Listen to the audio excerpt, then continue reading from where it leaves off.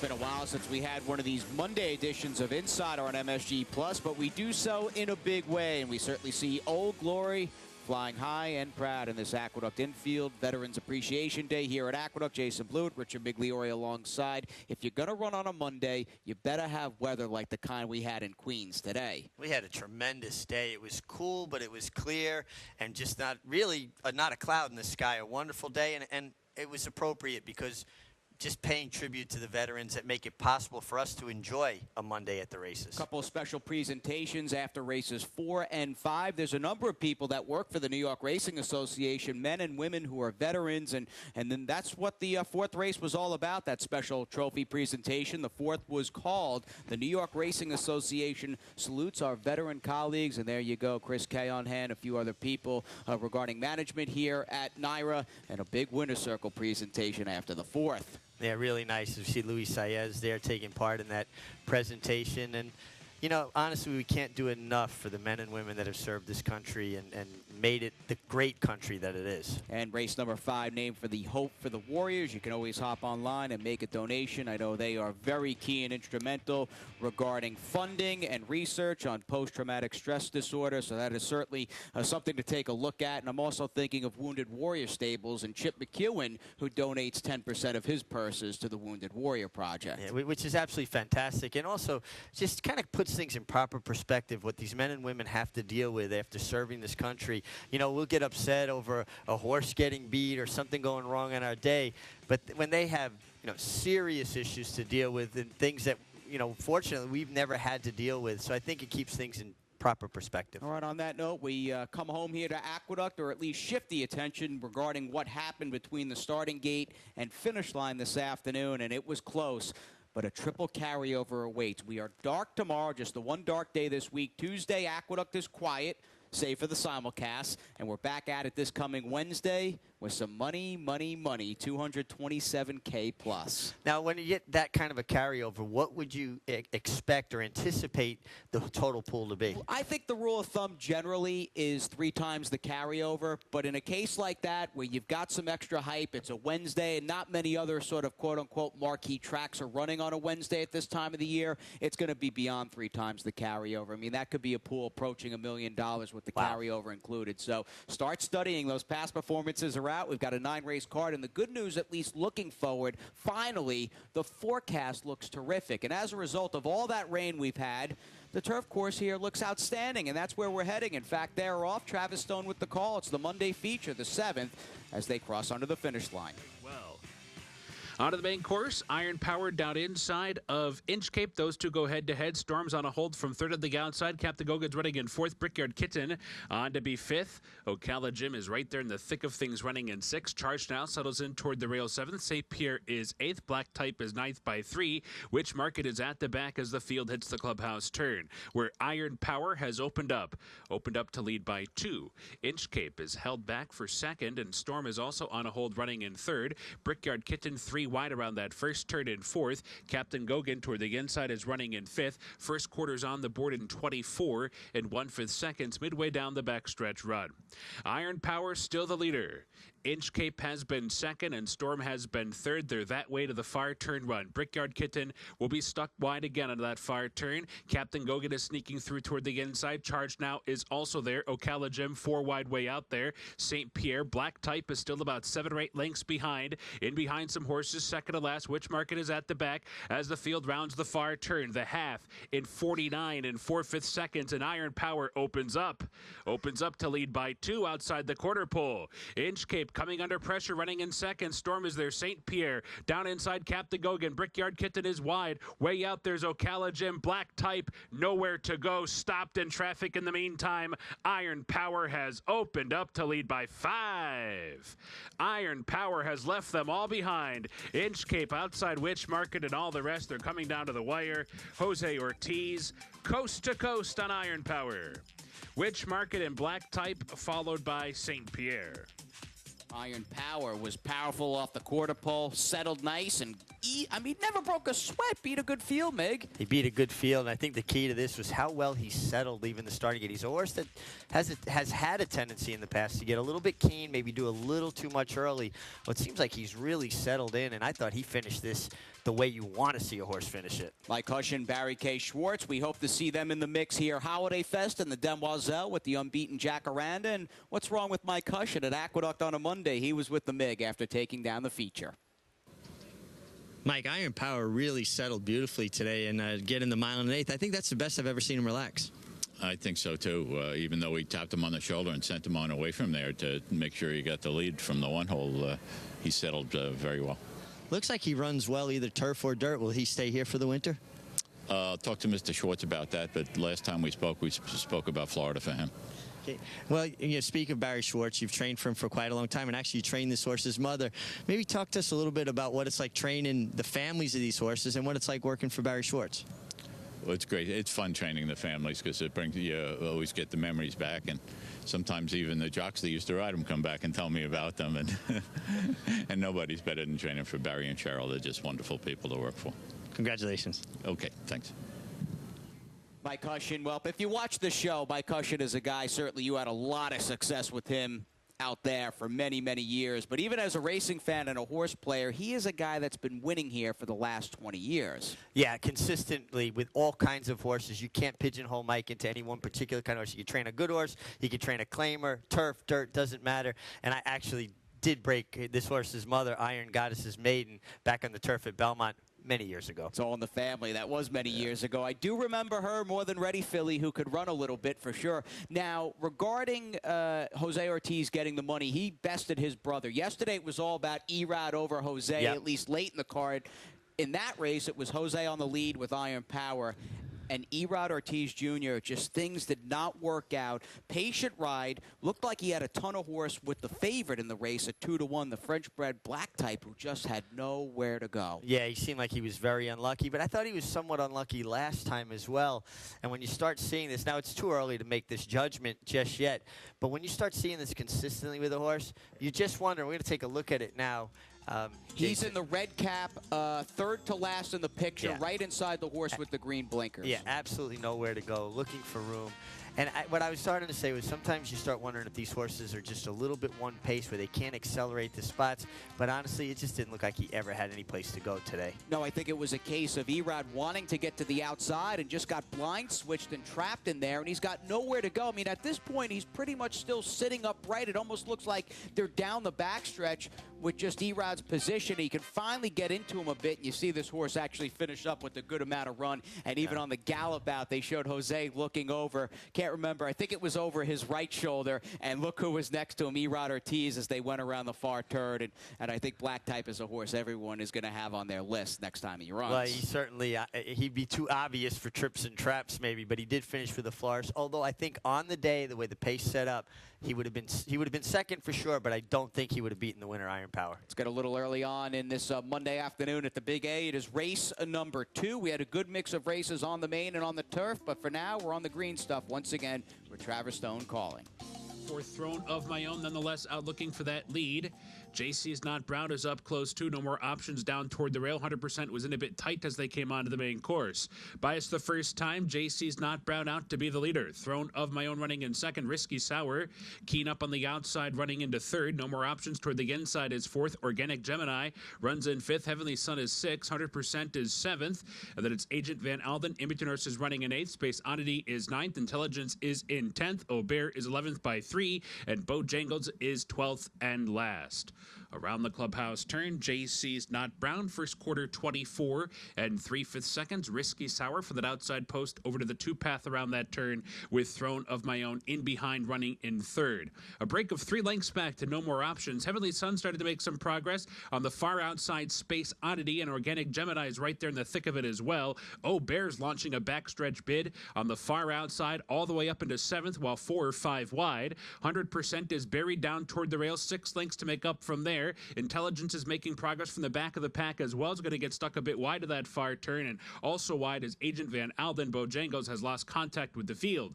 Round the far turn, the half in 51 1/5 seconds. Throne of My Own, JC's Not Brown, these two head-to-head for the top of the stretch. Risky Sour coming under a drive in behind from third. Space Oddity is fourth and now third and wide off the turn. Top of the stretch, JC's Not Brown in the center of the course has taken over the lead. Throne of My Own is giving it up late. Space Odyssey, Risky Sour, the rest with way too much to do. 16th to go. JC's Not Brown with a 2-length lead. Space Oddity trying to get back on track. Space Oddity is coming late. JC's Not Brown's desperate for the wire. Final try, Space Oddity. JC's Not Brown held on.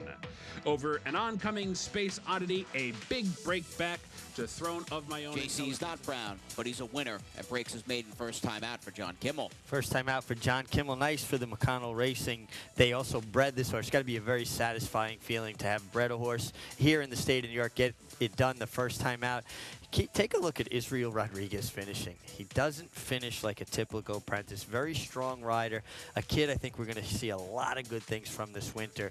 And nice to see him win on the turf as well. And this is a horse just inside the 3/16 pole or so. Started to drift out, and it was within a half a stride instinctively. Israel corrected him, got him straightened out, and maybe if he doesn't straighten him out, Space Oddity actually cuts him down and picks him off on the wire. Well, I think he would have wound up coming inside of him and picking him off, and he was able to kind of guide him back without breaking his momentum, and then Space Oddity came from his outside, and sometimes it spurs horses on again. So an interesting ride by a young apprentice. John Kimmel's won with a couple of New York bred firsters going long on the turf over the last month or so. Had one late in the Belmont Fall Meet for the Bromans, and he's a trainer that's quietly gotten his act together, I'd say, post-Saratoga. I think, listen, John's a good trainer, and I think sometimes it's about opportunity, and if you just don't have the right horses in your barn, it's like a loaded gun. It's going to go off. He knows how to get them ready if they have the ability, I should say. We take a little rest here on this Monday edition of Aqueduct Insider. Keep it with us right here on MSG Plus. We are back. We've got Turf, Dirt, Travis Stone, and a whole bunch of thoroughbreds at the Big A. Stay tuned.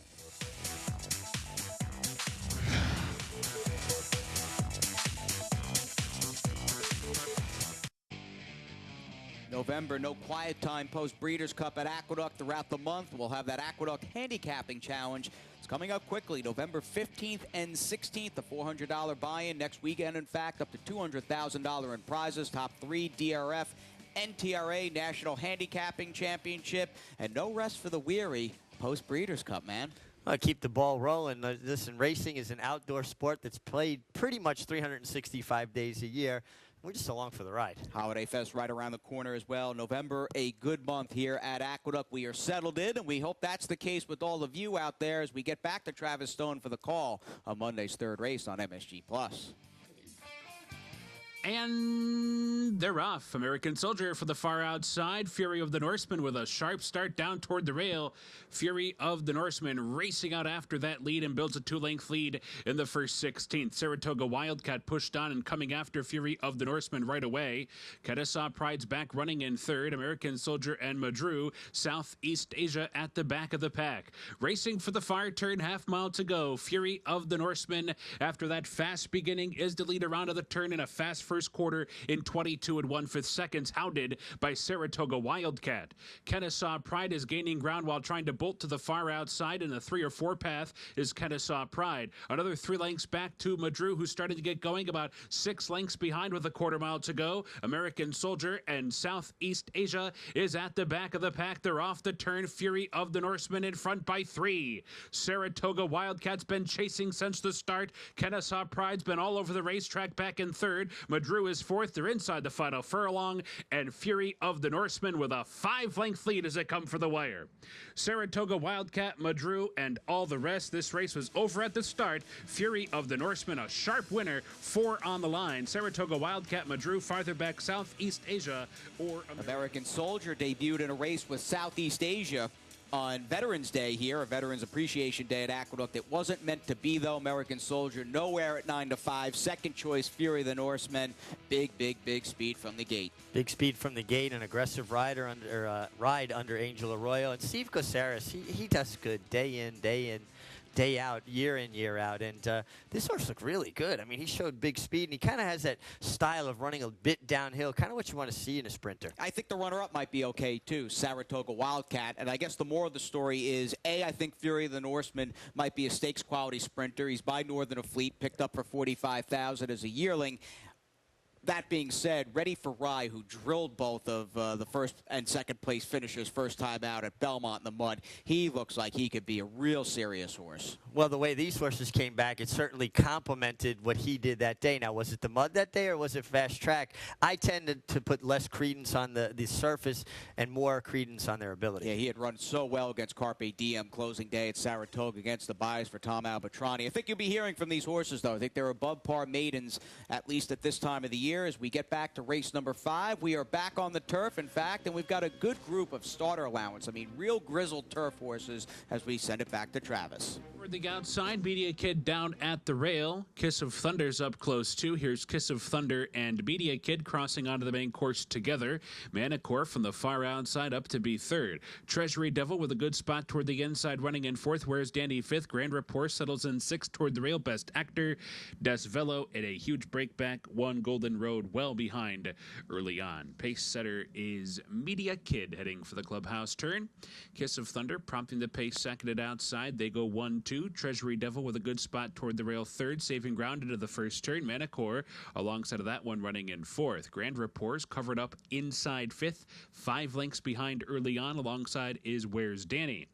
Another 2-length break back to Best Actor, followed by Des Velo, and still that big break of about 7 or 8 lengths back to One Golden Road at the back. 24-4 the quarter, 50 2/5 was the half. Not much pace at all. Media Kid's in front. Kiss of Thunder's been second to this slow pace on the outside. A break of 2 now, back to Treasury Devil and Manicore. They're together, third and fourth. Where's Danny angles to the far outside in fifth. Grand Rapport's down inside sixth, buried at this point. 5 lengths to make up still, shuffled back toward the inside. Best Actor started to circle up on the far outside. Des Velo, long way back is One Golden Road. Round the far turn, Media Kid has been unpressured so far. Kiss of Thunder's been second throughout. They come 1-2 off the turn. Best Actor swings wide for the stretch drive. Treasury Devil cut the corner. Grand Rapport's picking through the packs, about to be fourth with a furlong to go. But in the meantime, Media Kid has built a 3-length lead for that final eighth. Media Kid's in front. Grand Rapport fully extended. Moving into second, Kiss of Thunder, Treasury Devil, and all the rest. Media Kid 2.5 lengths clear to the wire. Grand Rapport is not going to catch pace-setting Media Kid. Wire to wire. Grand Rapport was second, and farther back, it's a tight photo for third, Treasury Devil or Kiss of Thunder. Front-running speed did very well in this Aqueduct turf course today. Media Kid on the lead throughout, couldn't be caught. Under a very well-judged ride by Jose Ortiz, meeting out his speed just the right way. And Tom Worley, you know, we talked about somebody yesterday being a Flying Start graduate. Well, Tom Worley's a Flying Start graduate, and in his first full year of training has really done extremely well, and a guy I think the future is just so bright for. I can see nothing but good things for his future. Passed the $1 million mark in earnings in his first full year of training about a week ago, and you want to talk about being smart, maybe getting away with one. I mean, he dangled, and we talked about it when Media Kid last ran and won a few weeks ago at Belmont Park. Ran this horse for a quarter, and he's a horse that can also run on the dirt. No takers. Got him eligible for another year of $25,000 starter allowances and put him back in, and he finally turns the tables on Grand Rapport. Well, not only do you have to be a good horseman and have your horses in good order, you got to be smart and a good manager to get this horse eligible for this race with a $50,000 purse. A very shrewd move from a young trainer. Second win on today's card, at least with the races we've looked at already for Jose Ortiz, who's done pretty well for himself today on the front end of the grass course. But we do have the Furious 5 to get to. Here's what else happened on this special Monday. Warm Front is getting into gear 2 on the outside. Here comes Warm Front, 3 wide, as they come for the final furlong. Hot on Ice down inside. Hanging with Sunny between horses, and on the far outside is Warm Front. Warm Front puts a nose in front. Fighting on is Hot on Ice, and so too is Hanging with Sunny. These 3 eye to eye down to the final 50 yards. Far outside Warm Front, down inside Hot on Ice. Hanging with Sunny between them. 3 noses on the wire. photo finish. It's either side under the whip now. Second, Frizzetti cut the corner off the turn in third. Samus and Birkenhead top of the stretch now. Jumalaka opens up to lead by 2 with 1 furlong left. Gabby's Brown fully extended but is still second. Frizzetti toward the inside is third. 16th out.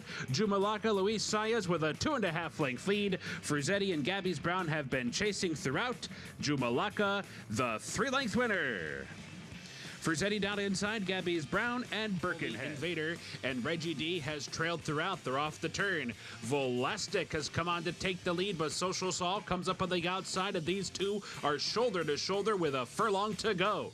Social Saul on the outside, Volastic at the rail. Volastic is back in front. Volastic digging in and holding on to that lead. Social Saul a final try on the outside. These two head-to-head to the wire. Photo! Maybe Social Saul got the bob. Top of the stretch now. North Ocean off the turn. Abilio with a sustained move on the outside. Here's Abilio up to take the lead furlong out.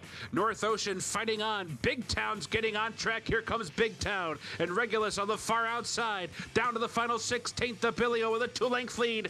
Big Town continues to close. Still a length and a half behind as they come for the wire. It is Abilio. A sharp winner by 2 in the end. Big Town was second. Spring Court came from last to be third. Third as the field comes off the turn. Barbara Smiles in front. Happy Easter up alongside, confidently ridden to the 8th pole. It is Happy Easter putting the nose in front.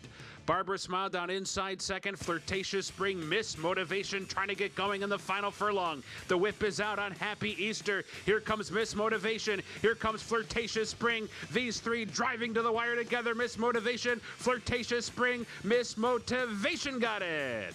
On the wire over Flirtatious Spring, Happy Easter. Farther back, Sharon Stoner. Barbara Straight 29.40 in the nightcap. Miss Motivation, Gary Siakam, the second win on the card today for Israel Rodriguez, who had Cornelia Velasquez hustling inside of him. And you know what? He did well the way he fought it out with Cornelio. And again, I go back to his finish for a young kid. And his agent, Jose Morales Jr., is just doing an amazing job getting him on live horses. He finished a close third in another race today. Very easily could have been 3 wins today. Right. Nice to see him get a multiple win day. Israel, a no shy. Let's go back to the first race replay. I get they were cheap, bottom level maiden claiming 3 and up fillies and mares. This was as good a horse race as you could have hoped to see here all week at Aqueduct. Israel's on the rail, red cap, Dylan Davis outside in the pink and warm front. And I wanted to show this. For cheap horses, they really put on quite a show.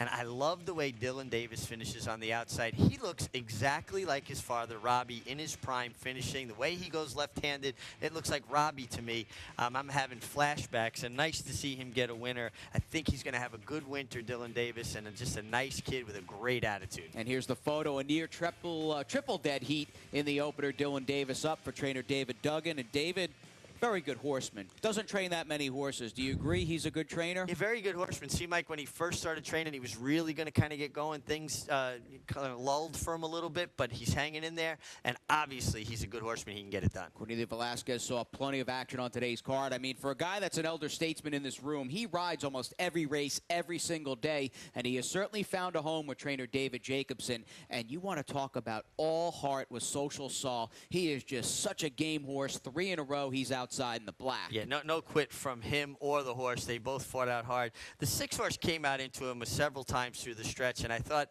very possibly if the 6 did happen to win, he might have been disqualified. I mean, I thought he initiated most of the contact, but never say die. Keep it out of the steward's hands. Get up, win by a nose, and get your picture taken, and don't have to sweat it out. And a big capper to the week for David Jacobson and Cornelia Velasquez, who I know you and I and all of you will be hearing from a bit later in the show. We've got the top performers of this 6-day week at the Big A coming up, so stay tuned with us here on Aqueduct Insider. Oh, I forgot the claims. 3 claims. Spring Court, couple claims. Rudy Rodriguez, or a 2-way shake. Rudy Rodriguez taking Spring Court out of the 8th. Regulus, a 7-way shake for him. David Donkin, Funky Monkey Stable, and Reggie D, claimed by Diane Balsamo. Now we can throw it to break. We get Cornelia, we get David Jacobson, and we get to hear from our friends on MSG+.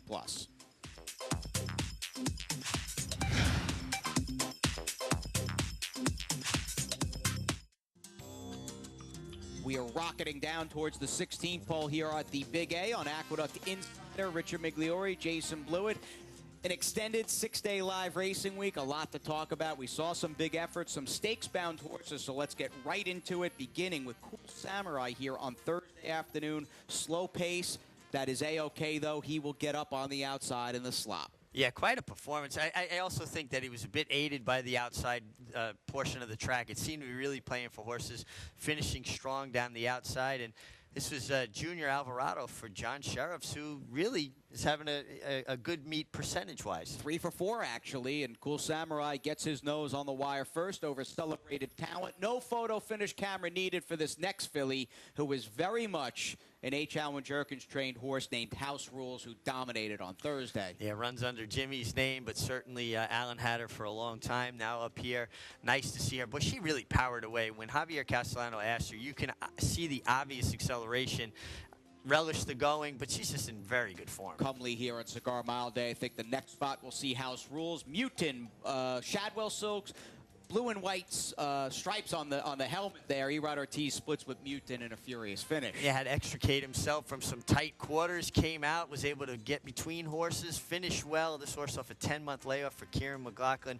Has trained for Shadwell for a long time and does a great job. This is a horse, I think, with stake races in his future. 96 buyer for Mutin in his U.S. debut for Kieran. Kieran said he's putting him right on a van eventually putting him on a van, getting him down to Florida. Maybe the Fort Lauderdale Stakes on January 12th is the 5-year-old debut for Mutin. Cornelia Velasquez won't be heading on a plane, though. We hope he picks up a live Kentucky Derby mount at some point, but he'll be spending the winter with us right here at the Big A, and he is the week's hot jockey, having just had an outstanding week, going 12 for 38. Riding 38 races is a lot for any jockey. Cornelio's not a young man, but he's riding like a young man. Billy Castle, his agent, doing a great job. He's got him hooked up with David Jacobson. Cornelio riding them all hard, and he's got a 4-win lead in the jockey standings. And an unsung hero in my mind, a guy I rode against, a tough competitor, and a really strong finisher. Got Ruben Silvera down towards the bottom of the list with 5 victories. Pretty good. Well, you know how I feel about him. I think he's a guy that's somewhat running under the radar right now, but that could change over the winter. Ruben Silvera, another rider to keep an eye on. A major dot on the radar is David Jacobson, who just trained so many horses. 9 for 18, and what does that say to his placement of his current stock? Well, you know, he's always running horses where they can win and where they can excel. And I say one of the trainer's main jobs is to put his horses in spots where their natural abilities will shine. Well, he's doing that, and 12 wins, 8 in front of Linda Rice in a very, early part of the meeting. Dark here tomorrow. National Racing Report, 6 p.m. with Andy Serling. Big triple pick 6 carryover on Wednesday, but building up the bankroll early on is Maggie Wolfendale with who to look for in the opener.